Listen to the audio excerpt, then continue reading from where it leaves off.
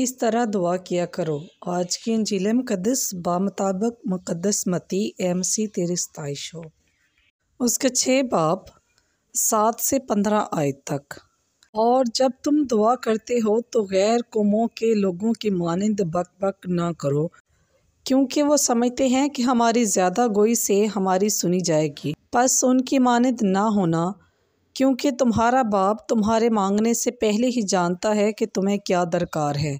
बस तुम इस तरह दुआ किया करो कि ए हमारे बाप, तू जो आसमान पर है, तेरा नाम पाक माना जाए, तेरी बादशाही आए, तेरी मर्ज़ी जैसी आसमान पर पूरी होती है ज़मीन पर भी हो।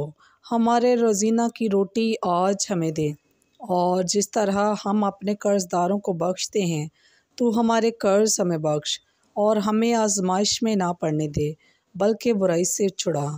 क्योंकि अगर तुम आदमियों को उनके कसूर बख्शोगे तो तुम्हारा आसमानी बाप तुम्हें भी बख्शेगा, लेकिन अगर तुम आदमियों को ना बख्शोगे तो तुम्हारा बाप तुम्हारे कसूर तुम्हें ना बख्शेगा। बस पाक कलाम के पढ़े और सुने जाने पर खुदावंद की ख़ास बरकत हो। खुदावंद का शुक्र हो।